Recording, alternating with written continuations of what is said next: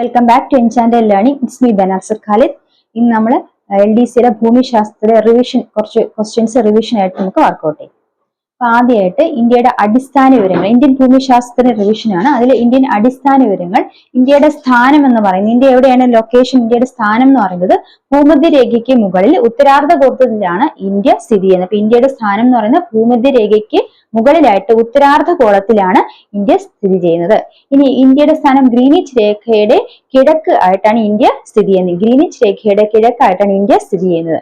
ഇനി അക്ഷാംശ രേഖ, ഇന്ത്യയുടെ അക്ഷാംശ രേഖ എന്ന് പറഞ്ഞാൽ 8 ഡിഗ്രി 4 മിനിറ്റിനും 37 ഡിഗ്രി 6 മിനിറ്റിനും ഇടയിലാണ്. ഇന്ത്യയുടെ അക്ഷാംശ രേഖ എന്ന് പറയുന്നത് 8 ഡിഗ്രി 4 മിനിറ്റിനും 37 ഡിഗ്രി 6 മിനിറ്റിനും ഇടയിലാണ്. ഇന്ത്യയുടെ രേഖാംശ രേഖ എന്ന് പറയുന്നത് 68 ഡിഗ്രി 7 മിനിറ്റിനും 97 ഡിഗ്രി 25 മിനിറ്റിനും ഇടയിലാണ്. ഇനി ഇന്ത്യയുടെ പ്രധാന അക്ഷാംശ രേഖ, ഇന്ത്യയിലൂടെ കടന്നു പോകുന്ന പ്രധാന അക്ഷാംശ രേഖ എന്ന് പറയുന്നത് ഉത്തരായന രേഖയാണ്. ഇന്ത്യയിലൂടെ കടന്നു പോകുന്ന പ്രധാന അക്ഷാംശ രേഖ ഉത്തരായന രേഖയാണ്. അത് 23.5 ഡിഗ്രി നോർത്ത് ആണ്. 23.5 ഡിഗ്രി നോർത്ത് ഉത്തരായന രേഖയാണ് ഇന്ത്യയിലൂടെ കടന്നു പോകുന്ന പ്രധാന അക്ഷാംശ രേഖ. ഉത്തരായന രേഖ കടന്നു പോകുന്ന ഇന്ത്യൻ സംസ്ഥാനങ്ങളുടെ എണ്ണം 8 ആണ്. ഉത്തരായന രേഖ കടന്നു പോകുന്ന ഇന്ത്യൻ സംസ്ഥാനങ്ങളുടെ എണ്ണം 8 ആണ്. ഇനി ഇന്ത്യൻ പ്രാദേശിക സമയം നിർണ്ണയിക്കുന്ന രേഖാംശ രേഖ ഏതാണ്? 82.5 ഡിഗ്രി ഈസ്റ്റ് ആണ് ഇന്ത്യൻ പ്രാദേശിക സമയം നിർണ്ണയിക്കുന്ന രേഖാംശ രേഖ.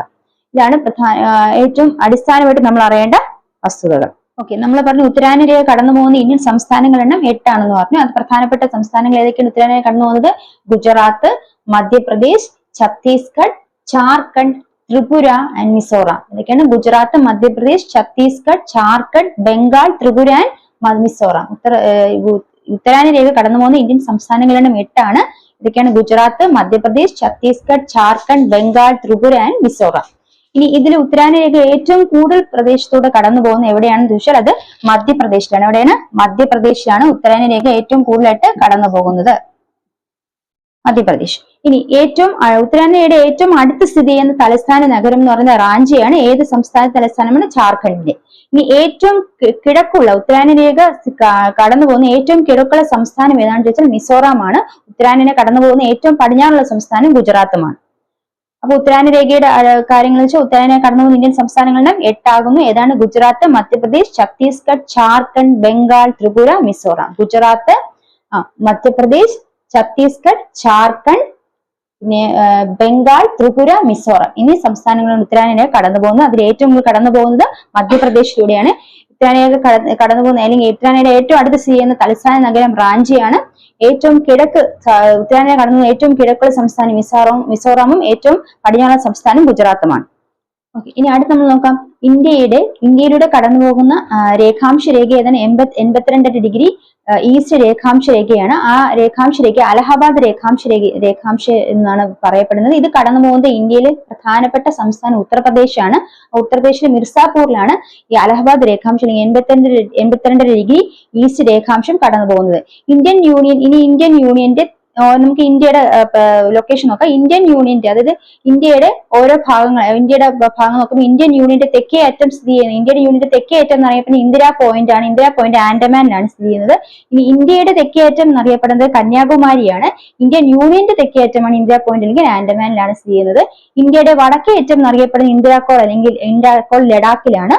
ഇന്ത്യയുടെ പടിഞ്ഞാറേ അറ്റം എന്നറിയപ്പെടുന്നത് ഗുഹാർ മോത്തി ഗുജറാത്തിലാണ്. ഇന്ത്യയുടെ കിഴക്കേ അറ്റം എന്നറിയപ്പെടുന്നത് കിബുത്തു അരുണാചൽ പ്രദേശിലാണ്. ഇന്ത്യയുടെ വടക്കേ അറ്റത്തുള്ള സംസ്ഥാനം ഹിമാചൽ പ്രദേശ്. വടക്കേറ്റ സംസ്ഥാനം ഹിമാചൽ പ്രദേശ് ആണ്. കാരണം ഇപ്പോൾ ജമ്മു കാശ്മീർ ലഡാക്ക് എന്ന് പറഞ്ഞ 2 കേന്ദ്രഭരണ പ്രദേശങ്ങളാക്കി മാറ്റിയതുകൊണ്ട് ഇന്ത്യയുടെ വടക്കേറ്റ സംസ്ഥാനം ഏതാണ്? ഹിമാചൽ പ്രദേശ് ആണ്.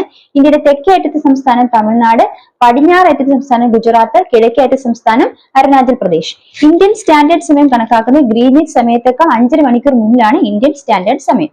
ഇന്ത്യയുടെ വടക്ക് തെക്ക് ദൂരം എന്നറിയപ്പെടുന്നത് 3214 കിലോമീറ്റർ ആണ്.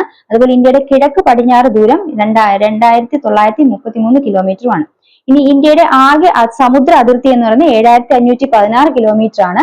ആകെ കര അതിർത്തി എന്നത് 15200 കിലോമീറ്റർ ആണ്. ഓക്കെ, ഇനി അടുത്തത് ഇന്ത്യൻ സംസ്ഥാനങ്ങളുടെ എണ്ണം 28 ആണ്. കേന്ദ്രഭരണ പ്രദേശങ്ങളുടെ എണ്ണം 8 ആണ്. ഇന്ത്യയിൽ കടൽത്തീരമുള്ള സംസ്ഥാനങ്ങളുടെ എണ്ണം 9 ആണ്. അതിൽ ഏതൊക്കെയാണ്? ഗുജറാത്ത്, മഹാരാഷ്ട്ര, ഗോവ, കർണാടക, കേരളം, തമിഴ്നാട്, ആന്ധ്രാപ്രദേശ്, ഒഡീഷ, പശ്ചിമ ബംഗാൾ. ഇതാണ് കടൽത്തീരമുള്ള ഇന്ത്യൻ സംസ്ഥാനങ്ങൾ. ഇതിൽ കടൽത്തീരമുള്ള കേന്ദ്രഭരണ പ്രദേശങ്ങൾ ഏതാണ്? 4 കേന്ദ്രഭരണ പ്രദേശങ്ങളാണ് കടൽത്തീരമുള്ളത്. ആൻഡമാൻ നിക്കോബാർ, ലക്ഷദ്വീപ്, ദാമൻ ദ്വീപ്, പോണ്ടിച്ചേരി. ഇതിൽ ഏറ്റവും കൂടുതൽ കടൽത്തീരമുള്ള ഇന്ത്യൻ സംസ്ഥാനം ഏതാണെന്ന് വെച്ചാൽ അത് ഗുജറാത്ത് ആണ്. അത് ഏറ്റവും കൂടുതൽ കടൽത്തീരമുള്ളത് ഇന്ത്യയിൽ എവിടെയാണെന്ന് വെച്ചാൽ അത് ആൻഡമാൻ നിക്കോബാറിലാണ്. സംസ്ഥാനം ചോദിച്ചാൽ ഗുജറാത്ത് ആണ്. ഇന്ത്യയിൽ ഏറ്റവും കൂടുതൽ കടൽത്തീരമുള്ള കേന്ദ്രഭരണ പ്രദേശം ഏതാണെന്ന് വെച്ചാലും ആൻഡമാൻ നിക്കോബാർ ആണ്. ഇന്ത്യയിൽ ഏറ്റവും കുറവ് കടൽത്തീരമുള്ള സംസ്ഥാനം ഗോവയാണ്. ഇനി അതുപോലെ തന്നെ ഏറ്റവും കുറവ് കടൽത്തീരമുള്ള കേന്ദ്രഭരണ പ്രദേശം ദാമൻ ദിയു ആണ്.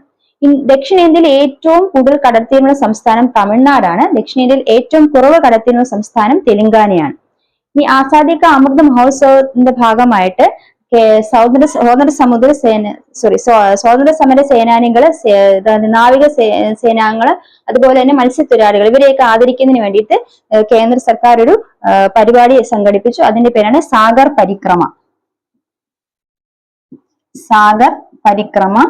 ഈ സാഗർ പരിക്രമ ആരംഭിച്ചത് ഗുജറാത്തിലെ മാണ്ഡവിയിൽ നിന്നാണ്.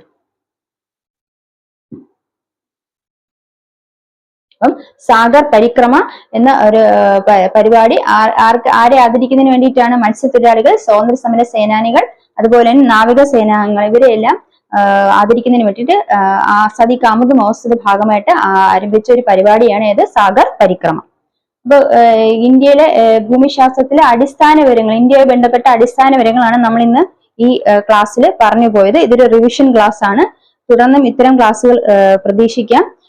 അതിന് പ്ലീസ് എന്റെ ചാനൽ സബ്സ്ക്രൈബ്, ഷെയർ.